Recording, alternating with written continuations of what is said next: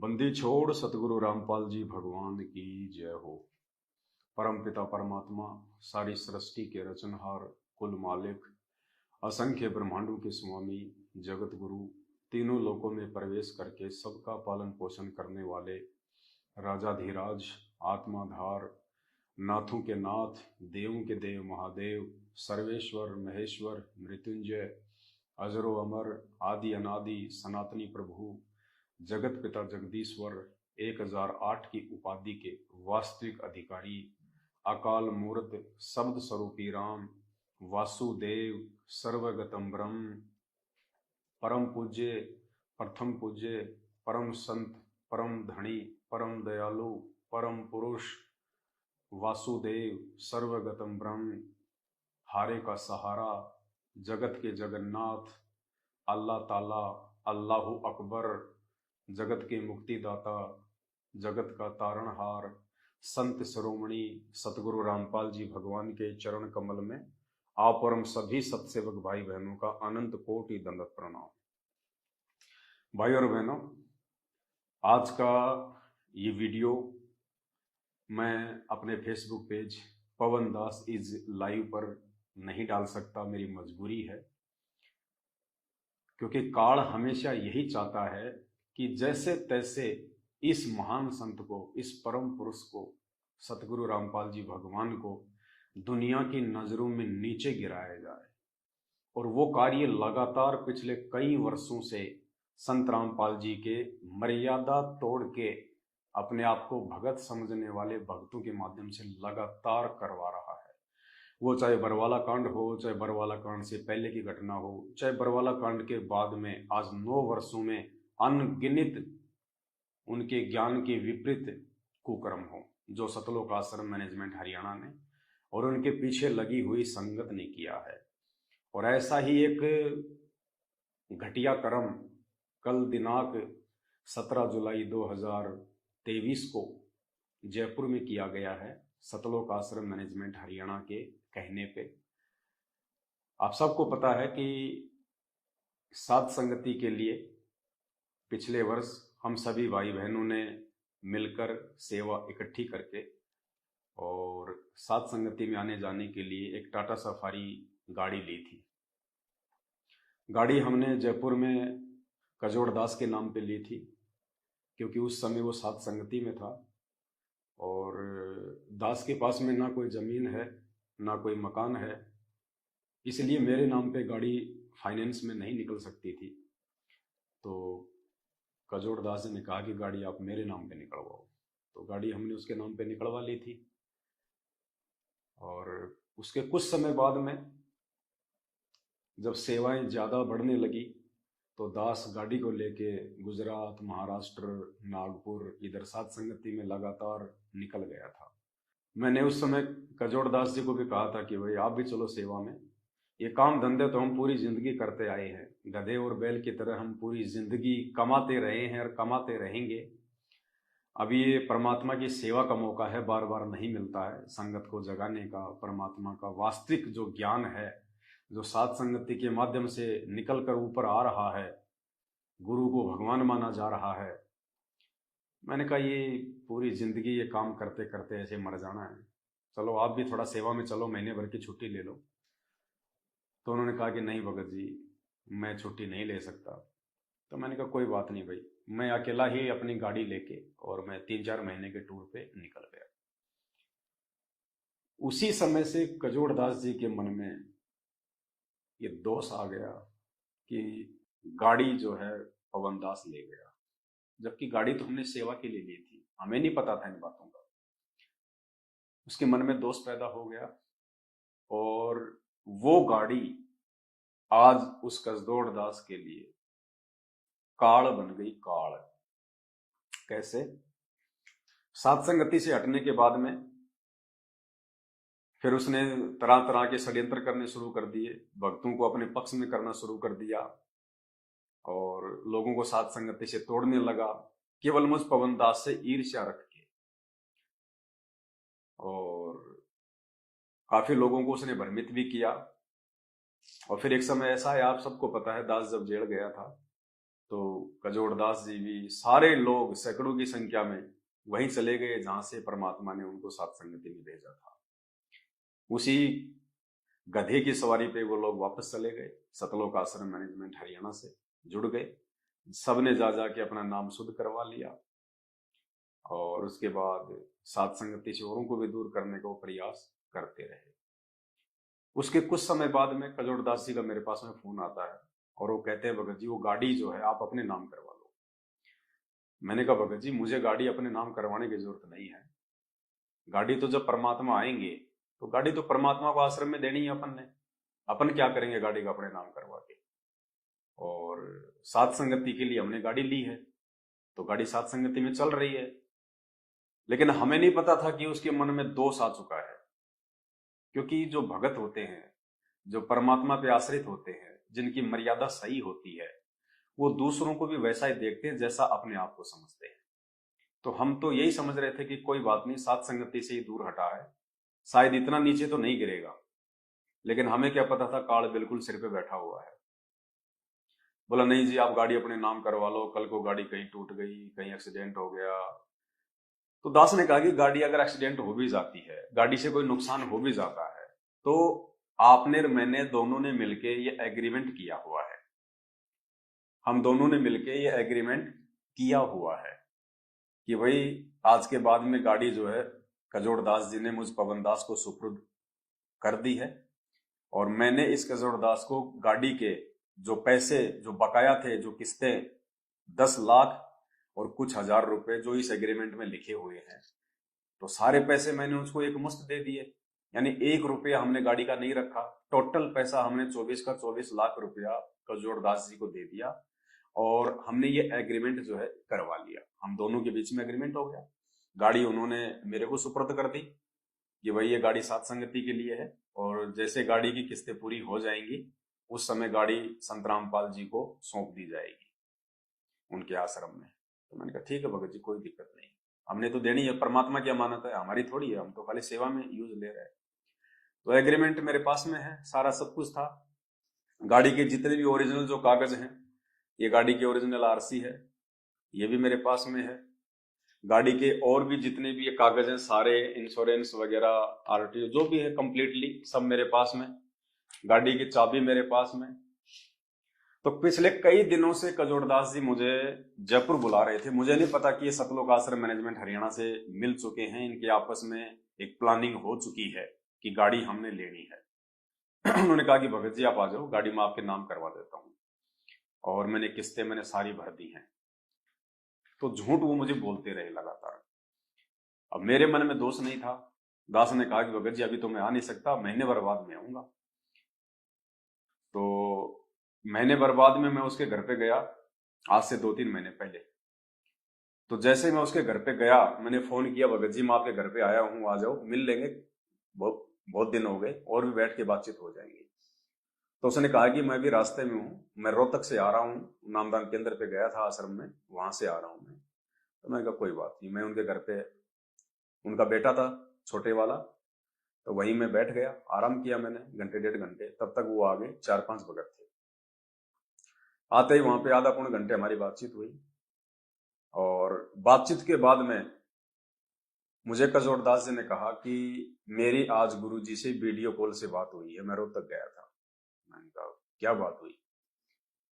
बोला कुछ नहीं, मैंने गुरुजी को ये कहा कि गुरुजी वो गाड़ी पवनदास के पास में है, मेरे नाम पे है, मैं गाड़ी का मैं क्या करूं? तो गुरुजी ने कहा कि गाड़ी उससे ले लो।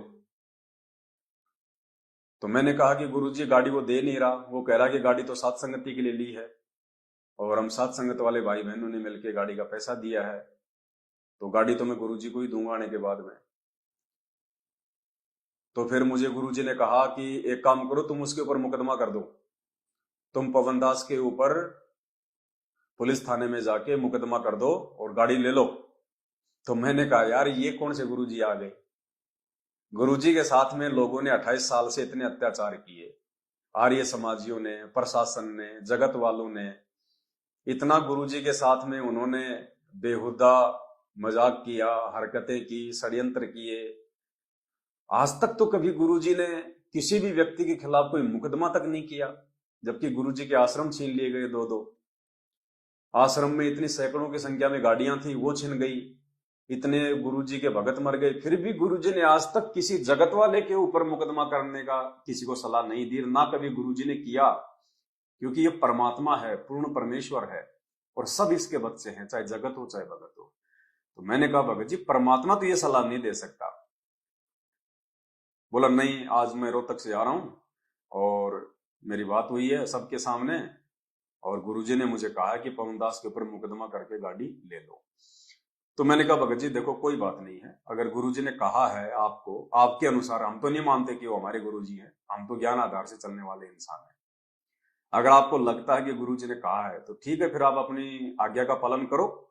यदि आप आज्ञा का पालन नहीं करोगे तो फिर आप गुरु भगत नहीं होंगे। फिर आप गुरुजी की तरफ से आपको आदेश मिल गया कि मुकदमा करके गाड़ी लेनी है, तो आपको मुकदमा जो है वो करना चाहिए, और मुकदमा करोगे तो आपने 12.5 लाख रुपए मुझे देने पड़ेंगे। चलो 24 लाख की गाड़ी है, जो नगद पैसे दिए वो तो चलो इस एग्रीमेंट में उसका जिक्र नहीं है, लेकिन मैंने आपको जो किस्तों के जो पैसे दिए हैं वो पैसे तो इस एग्रीमेंट में लिखे हुए हैं, वो तो आपने मुझे देने ही पड़ेंगे। क्योंकि कोर्ट ये नहीं देखता कि भाई इनका गुरुजी कौन है, कोर्ट देखता है डॉक्यूमेंट की भाषा, कि नोटेरी में इन दोनों के बीच में क्या एग्रीमेंट हुआ है। तो भैया आपने मुझे जो किस्तों के पैसे हैं 10-12 लाख रुपए जो मैंने आपको दिए हैं वो तो आपने मुझे देने पड़ेंगे, और गाड़ी आप ले जाओ, मुझे कोई दिक्कत नहीं है। अब वो कहते हैं ना कि धोबी का कुत्ता ना घर का ना घाट का। अब कजोड़ दास जी की वो हालत हो गई। अब उसने देखा कि अब एक तरफ से तो उसको उसके अनुसार गुरुजी का आदेश मिल गया मुकदमा करने का, अगर मुकदमा नहीं किया तो गुरुजी की आज्ञा की अवहेलना हो गई, क्योंकि पुण्यात्मा यही परीक्षा होती है। और साध संगति से जब आदमी एक बार नीचे गिर जाता है ना, तो काल उसको धोबी का कुत्ता बना देता है। अब वो फंस गया बुरी तरह से। एक तरफ तो गुरुजी की आज्ञा, और दूसरी तरफ अगर आज्ञा का पालन किया तो 12 लाख रुपए किस्तों के पवनदास को कोर्ट के माध्यम से देने पड़ेंगे, क्योंकि एग्रीमेंट हो रखा है, इससे पहले वो गाड़ी नहीं ले सकता। तो दोनों तरफ से मर गया वो। अब अंत में फिर उसने क्या किया, उसने वो कुकर्म कर दिया कल कि ना तो वो गुरुजी की तरफ रहा और ना वो इधर रहा। धोबी के कुत्ते से भी उसकी बुरी हालत हुई कल। काल ऐसे ही मारता है, ऐसे ही तोड़ता है, और जब परमात्मा किसी की परीक्षा लेता है तो इसी प्रकार से लेता है। तो मैंने कहा भगत जी कोई बात नहीं, आप मुकदमा करो, कोर्ट में मिलते हैं, वहीं आपको गाड़ी दे देंगे। मैं ये कह के वहां से उसके घर से आ गया। उसके 1 महीने बाद में फिर उसका फोन आता मेरे पास में, और वो कहता है कि भगत जी मैंने सारी किस्तें जमा कर दी हैं, अब आप वो गाड़ी लेके आ जाओ और गाड़ी आप जो है अपने नाम करवा लो। अब मुझे नहीं पता कि इसने दोगली नीति अपना के और इसने ये षड्यंत्र किया है। मुझे ये तो पता था कि भाई काल प्रेरित हो चुका है, लेकिन इतना नहीं पता था कि काल इसको इतना नीचे गिरा देगा। ये ऐसी घटिया हरकत भी जो है वो कर सकता है, इतना मुझे विश्वास नहीं था। तो मैंने कहा भगत जी 10-15 दिन बाद में आऊंगा। मैंने उससे एनओसी भी नहीं मंगवाई कि अगर आपने पूरी किस्तें जमा कर दी हैं तो एनओसी आपके पास में आ गई है, आप मुझे व्हाट्सअप कर दो। मैंने वो भी नहीं मंगवाई उससे। मैंने सोचा चलो कोई नहीं, भगत भाई है, झूठ थोड़ी बोलेगा अपने से। उसके बाद में 10-12 दिन बाद मैंने उसको फोन किया कि भगत जी अब मैं फ्री हूं, आप कहो तो आ जाऊं। बोला आ जाओ। मैं जयपुर पहुंच गया, और जयपुर पहुंचने के बाद मैंने उसको फोन किया कि भगत जी मैं जयपुर आ गया हूं और बताओ अब क्या करना है। तो उसने कहा कि आप जयपुर में कहां पे हो। मैंने कहा मैं सांगानेर में मनोज भगत जी के पास में हूं और घंटे 1.5 घंटे में हम लोग आ जाएंगे। बोला ठीक आप आ जाओ। तो हमें तो कोई टेंशन थी नहीं। गाड़ी जो है मनोज भगत जी के घर के नीचे खड़ी हुई थी, मैं ऊपर बैठा हुआ था, और मनोज भगत जी से कहा कि भगत जी चलो अपन चलते हैं और जो भी फॉर्मेलिटी अपन पूरी करके आ जाते हैं। बोला ठीक है। वो नहाने धोने लग गए, खाना वाना खाने लग गए। इस दौरान पुण्यात्माओं आधे घंटे के अंदर अंदर जैसे ही कजोड़दास जी को इस बात का मालूम पड़ा कि पवन दास गाड़ी लेके सांगानेर में मनोज भगत जी के घर पे है, तो मनोज भगत जी के घर पे पहले सात संगति होती थी, एड्रेस का उसको भी पता था। आधा घंटे में कजोड़दास जी वहां पहुंच जाते हैं अपनी बाइक से या फोर व्हीलर से, एक दो आदमी लेके, और पूरी उन्होंने प्लानिंग कर रखी थी। गाड़ी की उन्होंने नकली चाबी बनवा रखी थी, नकली चाबी उन्होंने गाड़ी की जो है बनवा रखी, क्योंकि ये ओरिजिनल चाबी तो मेरे पास में गाड़ी की, मैं तो ऊपर बैठा हुआ था।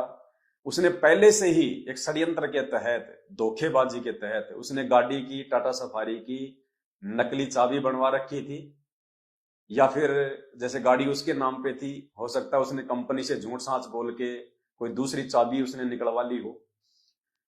हम लोग ऊपर बैठे हुए थे, गाड़ी नीचे खड़ी हुई थी। आधा घंटे में कल 17 जुलाई 2023 3:30 बजे सीसीटीवी फुटेज में हमने वहां पे निकलवाई, उसमें बिल्डिंग में 3:30 बजे कजोड़दास जी गाड़ी को बिल्डिंग के नीचे से नकली चाबी से चोरी करके ले गए, गाड़ी को उठा के ले गए। ये घटिया कुक्रम उन्होंने कल किया। कागज मेरे पास में, एग्रीमेंट मेरे पास में, गाड़ी की ओरिजिनल आरसी मेरे पास में, चाबी मेरे पास में, और काल ने कल कजोड़दास जी से ऐसा घटिया कुक्रम करवाया जिसकी हम कभी कल्पना भी नहीं कर सकते थे। चोरी संत रामपाल जी का भगत कहलाता है, और चोरी करके ले गया गाड़ी। जैसे हम यहाँ हमारे सामने कई ऐसी चीजें आई हैं,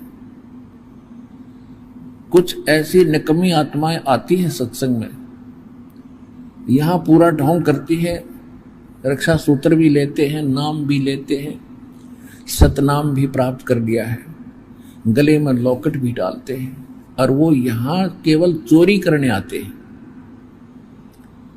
अब इस तरह का कोई आदमी दुर्घटना में मरता है, आम आदमी तो यूं कहेगा कि रामपाल का चेला था, लॉकेट भी हुई है, धागा भी हुई है। वो रामपाल का चेला नहीं था, वो तो काल का चेला था। अरे मांग लेता भाई, हम सात संगति वाले तुझे मना थोड़े ना करते। मांग लेता कि भाई मुझे गाड़ी दे दे, मुझे गाड़ी चाहिए। लेकिन जो घटिया कुक्रम काल ने उससे कल करवाया है, उन्हें आत्माओं ये नोट कर लेना, जब तक ये भक्ति मार्ग चलेगा 1000 साल तक, और यदि कहीं उस बंदे का नाम आएगा, वो कजोड़ चोर के नाम से ही जाना जाएगा, वो चोर के नाम से जाना जाएगा, चोर के नाम से पहचाना जाएगा, कजोड़ चोर। ऐसा घटिया कुक्रम कल उसने धोखे से संत रामपाल जी का भगत होने के बावजूद, पुण्यात्माओं, इसलिए दास हाथ जोड़ के विनती करता है, इस सात संगति रूपी हाथी से नीचे मत उतर जाना।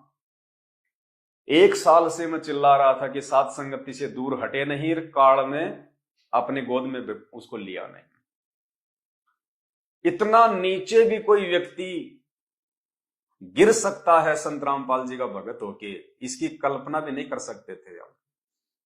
गाड़ी चाहिए थी, मांग लेता, कोई बड़ी बात नहीं, दे देते हम गाड़ी, कोई ज्यादा बड़ी बात नहीं थी। 10-12 क्विंटल लोहा ही तो था, और क्या था। उसकी नजर में वो गाड़ी थी, लेकिन हमारी नजरों में तो लोहे का टुकड़ा था। 10-12 क्विंटल, इससे ज्यादा नहीं था।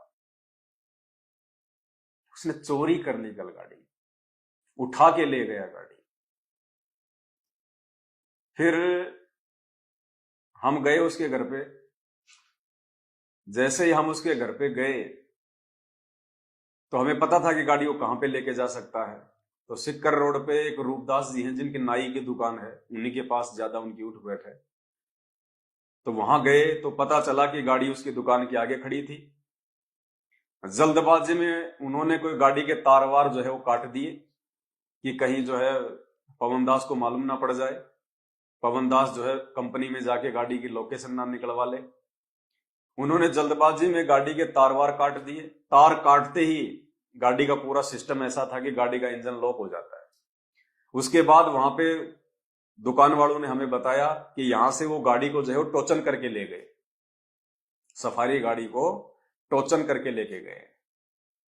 हम कजोड़दास जी के घर पे गए तो उनकी औरत ने हमारे को झूठ बोला कि वो फैक्ट्री गए। मैंने कहा बहन जी कम से कम झूठ तो मत बोलो, और चोरी करने की जरूरत क्या थी, गाड़ी चाहिए थी तुम्हारे को। अगर इतना मन में तुम्हारे अगर लालच आ गया था, लोभ आ गया था, एक 8-10 क्विंटल लोहे पे अगर तुमने जान देनी थी, अगर तुमने अपनी नीयत डिगानी थी, तो इससे अच्छा तो हमें बोल देते, हम गाड़ी ना दे देते आपको, कागज भी दे देते, गाड़ी भी दे देते आपको। आप लोग अब उसके फर्जी कागज बनवाओगे झूठ सांच बोल के कंपनी में कि वो कागज चोरी हो गए, कागज हमारे जो है कहीं वो गिर गए, 20 प्रकार की झूठ बोल के अब आप दोबारा से उसके कागज बनवाओगे। अब वैसे ले लेते, गाड़ी दे देते हम। बोले भगत जी मुझे नहीं पता, बोले कंपनी गए हो। मैं बोला बहन जी कहाँ कंपनी गए, क्यों झूठ बोल रही हो। फिर हम उसकी कंपनी में गए। कंपनी में गए तो मालूम पड़ा कि साहब उसने अर्जेंट उसने छुट्टी डाल रखी है आज की, और कंपनी वाले कह रहे थे कि हम भी हैरान हैं कि आज उसने अर्जेंट में कैसे ली उसने छुट्टी। तो मैंने फिर उनको सारी बातें वहां बताई कि ऐसे ऐसे गाड़ी चोरी करके ले आया। तो कंपनी वाले जो 20-25 वहां पे इकट्ठे हो गए, और सबके सब इंसान एक ही बात कह रहे थे कि भाई साहब ये आदमी भगत जरूर है, इसने आपके गुरुजी का नाम तो जरूर ले रखा है, लेकिन भक्ति वाला इसमें एक भी लक्षण नहीं है, और ये बिल्कुल चोर आदमी है। ये इसने मोबाइल तक इसने चोरी किए हैं यहां से। वो कंपनी वाले ही हमें वहां पे कहने लगे। तो मैंने कहा कोई नहीं भाई, देखो हम तो जो हकीकत है वो बोल रहे हैं, आपके मोबाइल उसने चोरी किए कि नहीं कहे कंपनी से हमें कोई लेना देना नहीं है इस बात से। एक तो ये कह रहा था कि मैंने 1100 रुपए की पेनल्टी देके मैंने इसको छुड़वाया है, पता नहीं क्या उसने चोरी कर लिया था। मैंने कहा हमें इन बातों का पता नहीं, लेकिन हमारी गाड़ी वो चोरी करके लाया है, हम तो उस आधार से कह रहे हैं। तो सारी बातें हुई, फिर वहां से भी हम आ गए। और अब दास का कहने का मतलब ये है पुण्यात्माओं, बात ये नहीं है कि गाड़ी चोरी हो गई, कोई बड़ा मैटर नहीं है, कुछ भी नहीं है। मैं इसलिए नहीं लाइवाया कि गाड़ी ले गया कजोड़दास चाहे मुझे उठा के ले जाए, कोई बड़ी बात नहीं, लेकिन जिस तरह से चोरी करके गाड़ी लेके गया है, उठा के गाड़ी लेके गया, धोखे से गाड़ी लेके गया है, ये संत रामपाल जी के भक्तों के लक्षण नहीं है।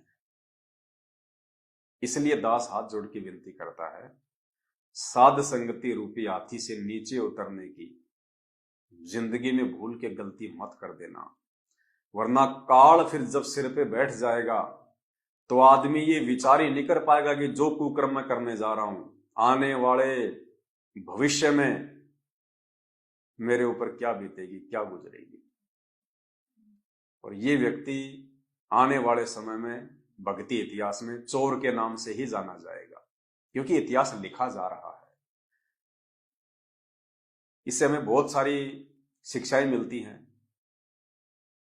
कि वर्तमान का समय ये परीक्षा का समय है। जब तक संत रामपाल जी जेल से बाहर नहीं आ जाते हैं, ये परीक्षा का समय है। खाली इस बात को लेके कि इसने संत रामपाल जी का नाम ले रखा है, इसके गले में लॉकेट है, हाथ में रक्षा सूत्र बांध रखा है, या कोई व्यक्ति अपने नाम के आगे दास लगाता है, खाली ये 3-4 निशानियां देख के किसी पे आंख बंद करके विश्वास मत कर लेना। कल इस व्यक्ति ने हमारी गाड़ी चोरी करके, सत्सेवकों की गाड़ी चोरी करके जो घोर निंदनीय कुकर्म किया है, ये भक्तों के लिए एक शिक्षा है कि खाली संत रामपाल जी के भगत होने का नाम सुन के किसी पे विश्वास मत कर लेना। काल को पता है कि इस समय जगत वाले भाई बहनों को जगाने की सेवाएं चला रखी हैं, गाड़ी की हमें बहुत आवश्यकता पड़ती थी। काल नहीं चाहता कि ये साध संगतियां आगे बढ़े, क्योंकि साध संगति ही परमात्मा का असली मोक्ष मार्ग है। अगर सतलोक को कोई आत्मा जाएगी वो साध संगति से होकर गुजरेगी, दूसरा कोई तरीका धरती पे नहीं है। दास ये बातें आपको बहुत बार बोल चुका है। अगर आप एक नेक और अच्छे भगत बन सकते हो, एक मर्यादित भगत यदि आप बन सकते हो, आप साध संगति के माध्यम से बन सकते हो। हालांकि अगर हम चाहें तो उसने जिस तरह से उसने गाड़ी उठाई है और जो फुटेज हमारे पास में है, उस हिसाब से सीधा सीधा उसके ऊपर चोरी का मुकदमा बनता है। देखो, प्रशासन को इस बात से मतलब नहीं होता कि तुम्हारे गुरुजी कौन है, आश्रम क्या है, गाड़ी तुमने चोरी के पैसों से ली थी, संगत के पैसों से ली थी, अपनी जेब से लगाए थे। कोर्ट प्रशासन देखता है एग्रीमेंट, डॉक्यूमेंट, और यदि हम उसके ऊपर मुकदमा करें तो प्रशासन उसको एक ही बात कहेगा कि भैया ठीक है, गाड़ी तेरे नाम पे है, पैसे भी तूने दिए सारे, और ये पवन दास जो है ये तेरी गाड़ी उठा के ले आया और ये तुझे गाड़ी नहीं दे रहा था। तूने गाड़ी उठाई क्यों? क्या इस देश में कानून नहीं है? तो कानूनी तरीके से तू तेरी गाड़ी प्राप्त करता, तो थाने में आके मुकदमा करता, रिपोर्ट दर्ज करता कि साहब मेरे नाम पे गाड़ी है, मुझे दे नहीं रहा। तूने गाड़ी उठाई कैसे? ये कौन सा तरीका है? अगर तूने गाड़ी, मान लीजिए अगर तुझे मालूम हो गया कि गाड़ी वहां पे खड़ी है, तो तूने थाने में आके तूने जो है इंफॉर्मेशन देनी थी कि साहब मेरी गाड़ी वहां खड़ी है, तो हम तुझे तेरी गाड़ी दिलवाते। तो चोरी करके गाड़ी ले आया, धोखे से उठा के गाड़ी ले आया। क्या पता उस गाड़ी में अगले का क्या सामान था, क्या पता उस गाड़ी में अगले का जो है कितना जो है कीमती सामान था। अगर हम चाहें तो हम उस पर कोई भी मुकदमा लगा सकते हैं, क्योंकि बुरी तरह से वो फंसा हुआ है। गाड़ी उसने चोरी की है, उठाई है धोखे से, पीछे से। अगर हम ये कहें कि उस गाड़ी के अंदर हमारे 20 लाख रुपए रखे थे, तो भी वो 20 लाख रुपए का मुकदमा उस पर जायज है, लगेगा। क्यों? क्योंकि गाड़ी उसने पीठ पीछे उठाई है धोखे से, चोरी से, जबकि गाड़ी के कागज, गाड़ी की आरसी, गाड़ी की ओरिजिनल चाबी, सब कुछ हमारे पास में है। लेकिन हम उनकी तरह घटिया नहीं है, नीच नहीं। हालांकि गाड़ी में मेरा 14-15 हजार रुपए का सामान था, हम मार्केट से आ रहे थे, सेवा का सामान लाए थे, वो सामान भी ले गए। ये वीडियो रिकॉर्डिंग वाले कैमरे से संबंधित सामान था 15-20 हजार का, वो भी ले गए। हर प्रकार से वो आदमी, अगर हम मुकदमा करें, वो फंसे, उसके पास कोई चारा नहीं है सिवाय जेल जाने का, क्योंकि गाड़ी उसने चोरी करी है, गाड़ी उसने उठाई है। कानून की नजरों में वो दोषी है। दूसरी बात, गाड़ी मैंने उससे एग्रीमेंट करके ली थी, मैंने उसकी तरह कोई चोरी करके गाड़ी नहीं ली, धोखे से नहीं ली। हम दोनों के बीच में एग्रीमेंट हुआ है। ये देख लो एक बार, थोड़ा सा जूम करके दिखा दे।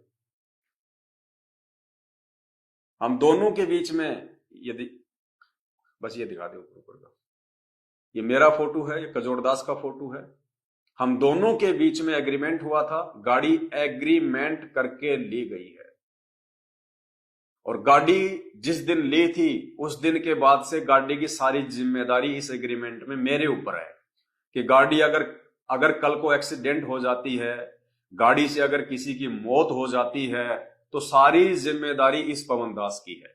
अब पुण्यात्माओं, कल वो गाड़ी चोरी करके ले गया, गाड़ी हमारी उठा के ले गया, अगर रास्ते में अगर कोई मर जाता, कोई एक्सीडेंट हो जाता, तो इसमें जिम्मेदारी किसकी है? मुझ पवन दास की। हर प्रकार से कानून की नजरों में ये दोषी है, यदि हम इसके ऊपर मुकदमा करें तो। लेकिन भाई और बहनों, ये परीक्षा उसकी भी थी और ये परीक्षा मुझ दास की भी है। हम परमात्मा के बच्चे हैं, हम साध संगति से जुड़े हुए हैं, और हमें परमात्मा ने एक ही पाठ पढ़ाया है कि जो तोकू काटा बोवे ताको वो तू फूल, तो ये फूल के फूल है वाको है त्रिशूल। कबीरा आप ठगाइए और न ठगिए कोई, आप ठगाए सुख होत है और ठगे दुख होय। इसने तो अपने माथे पे कलंक लगवा लिया चोर का।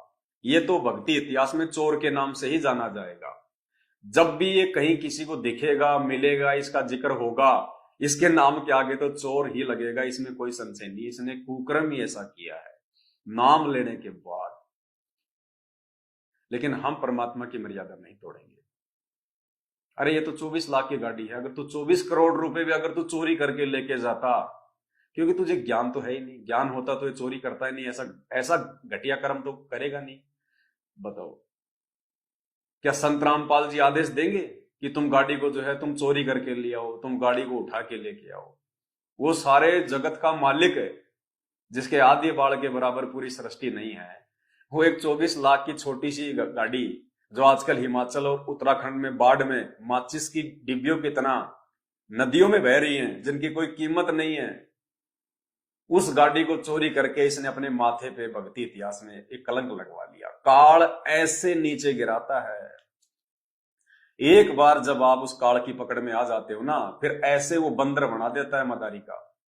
तो इस भाई को ये चोर का जो है तमगा लगवा दिया। पुण्यात्माओं, ऐसे काल नीचे गिराता सात संगति से हटते ही। हम अपने गुरुजी की शिक्षाओं पे चलेंगे, हम अपने गुरुजी की मर्यादाओं पे चलेंगे, चाहे हमारे साथ में कोई कितना ही अन्याय करो, कितना ही अत्याचार करो। सैकड़ों गाड़ियां हैं सतलोक आश्रम मैनेजमेंट हरियाणा के पास में, लेकिन हमारी एक गाड़ी भी उनको रास नहीं आई। साध संगति में केवल एक गाड़ी थी परमात्मा की सच्ची सेवा में, वो गाड़ी भी उनको जो है आंखों नहीं सुहाई। और तरह तरह के षड्यंत्र पिछले 6 महीने से ये लोग कर रहे हैं उस गाड़ी के लिए। और अंत में जैसे ही इनको मौका मिला कि पवनदास वहां है, तुरंत अब देखो ये भगत है ये। इसलिए मैं इस वीडियो को अपने फेसबुक पेज पे नहीं डाल रहा, क्योंकि मेरे फेसबुक पेज पे भगतों से ज्यादा जगत वाले जो है भाई बहन ऐड हैं। और वो जब इस प्रकार की घटिया हरकत सुनेंगे संत रामपाल जी के भगत की, चोरी की, तो उनके दिल पे क्या बीतेगी। जो बेचारे ज्ञान समझ रहे हैं, सच्चाई धीरे धीरे जो मतलब जान रहे हैं, क्या बीतेगी उनके ऊपर। इसलिए पुण्यात्माओं, हमारे लिए उन भाइयों का परमात्मा का ज्ञान समझना ज्यादा मायने रखता है, ना कि ये चोरी की घटना उनको बताना, क्योंकि इससे उनका जो है वो दिल टूटेगा। कि जब उनके भगत होके और 5-5 साल से नाम लेके जो भगत चोरियां कर रहे हैं, ठगी कर रहे हैं, षड्यंत्र कर रहे हैं, झूठ छल कपट कर रहे हैं, अपने भगत भाई बहनों से नरक में जाने के काम कर रहे हैं, वो क्या सोचेंगे वो लोग। इसलिए ये वीडियो मैं अपनी दूसरी फेसबुक आईडी पे डाल रहा हूं और आप भाई बहनों को भेज रहा हूं। आप सभी भाई बहनों तक इस वीडियो को जरूर भेजें, सोशल मीडिया पे भी डालें। खाली मैं अपने पेज पे नहीं डालूंगा, बाकी आप हर जगह इस वीडियो को डालिए, सब तक ये वीडियो आप पहुंचाओ, ताकि ऐसे चोरों से कम हम सावधान तो रह सकें, और भाई बहन तो इस प्रकार की ठगी का शिकार ना हो। ऐसा व्यक्ति तो कुछ भी उठा सकता है। कल को आपके घर पे आ गया, आपके घर से कोई भी कीमती वस्तु उठा सकता है। जो आदमी गाड़ी चोरी कर सकता है धोखे से, भगत होके, उस पर कैसे विश्वास किया जा सकता है। वो तो घर पे मां बहनों के साथ में छेड़खानी कर सकता है, कोई भी कुकर्म कर सकता है वो, क्योंकि अब वो भगत नहीं है। वो दुनिया की नजरों में भले संत रामपाल जी का भगत है, लेकिन जिस दिन से जो आदमी साध संगति से हट जाता है, उसी दिन से वो काल का भगत बन जाता है। काल फिर उससे वो करवाता है जैसा वो चाहता है। ये कॉमन सेंस की बात है। जो घटना इसने कल की, चोरी की, ये कोई नहीं कर सकता। ये तो जगत वाले भी नहीं करेंगे। अगर ऐसे आपस में कोई एग्रीमेंट हो रखा हो तो वो भी बैठ के बात करेंगे, कानून के थ्रू बात करेंगे। वो इस प्रकार से घटिया हरकत नहीं करेंगे। ये चोरी की गाड़ी उठा लाए, बताओ, नकली चाबी बनवा के, और अब झूठ साच बोल के जो है नकली कागज बनवाएगा। क्योंकि अगर वो कानूनी तरीके से गाड़ी लेता तो उसको इस एग्रीमेंट के तहत 12 लाख रुपए देने पड़ते, मुझे 12 लाख रुपए, जो मैंने उसको जो है किस्तों के दिए थे नगद इस एग्रीमेंट में, और गाड़ी मैंने ली थी। उसको मालूम था कि अगर मैंने गुरुजी की आज्ञा का पालन किया, जो उसको वीडियो कॉल में कहा गया था, जैसा वो कह रहा है कि पवनदास पे मुकदमा करके गाड़ी ले लो, उसको पता था कि अगर तूने गुरुजी की आज्ञा का पालन किया और पवनदास पे मुकदमा किया तो तुझे 12 लाख रुपए देने पड़ेंगे। ये 12 लाख रुपए के लिए उसने सबसे पहले तो गुरुजी की आज्ञा तोड़ दी, क्योंकि उसकी परीक्षा थी। परमात्मा आदेश दे सकता है, कोई बड़ी बात नहीं। वो परीक्षा लेने के लिए जब उसने कह दिया अपने भक्तों से कि मेरे सर में 5-5 जो है जूते मारो, वो मुकदमा करने का भी आदेश दे सकता है मेरे ऊपर। वो भगत की परीक्षा लेने के लिए कुछ भी कर सकता है, लेकिन इस भगत ने उस आदेश की पालना भी नहीं करी, क्योंकि मात्र 12 लाख रुपए के लिए उसने अपने गुरुजी की आज्ञा तोड़ दी। मात्र 12 लाख रुपए के लिए, कि अगर कोर्ट के थ्रू अगर मैं गाड़ी लूंगा तो मुझे 12 लाख रुपए एग्रीमेंट के अनुसार देने पड़ेंगे।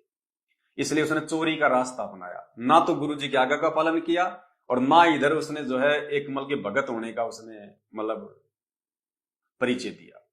चोरी, भक्ति इतिहास में चोर के नाम से क्या इज्जत रह गई उसकी है? जहां काम करता है वहां सबको पता चल गया कि चोर आदमी है, चोर आदमी है, क्या क्या उसकी क्या इज्जत रही बताइए। काल ऐसे ठगता है, उधर तो परमात्मा की तरफ से गया और इधर इज्जत से गया, भक्ति है ही नहीं। क्योंकि जिस दिन मर्यादा टूटी उस दिन के बाद में चाहे कितनी भक्ति करो, भक्ति है ही नहीं। अब गाड़ी का वो क्या करेगा, या तो खुद चलाएगा या फिर मैनेजमेंट के वहां पे दे के आ जाएगा अपने नंबर बनाने के लिए कि लो जी मैं गाड़ी ले आया उस पवनदास से। वो चापलूसी करेगा मैनेजमेंट की, तो मैनेजमेंट क्या करेगा उस गाड़ी का, उल्टे काम में चलाएगा जैसे और गाड़ियां चल रही हैं उनकी, क्योंकि मर्यादा तो है ही नहीं, तो अपने और कर्म फोड़ेगा। इसलिए जिन जिन मेरे सत्सेवक भगत भाई बहनों ने उस गाड़ी के लिए अपना सहयोग किया था, उनसे मैं एक बार प्रार्थना करना चाहूंगा कि वो भार हमारे ऊपर ना रहे।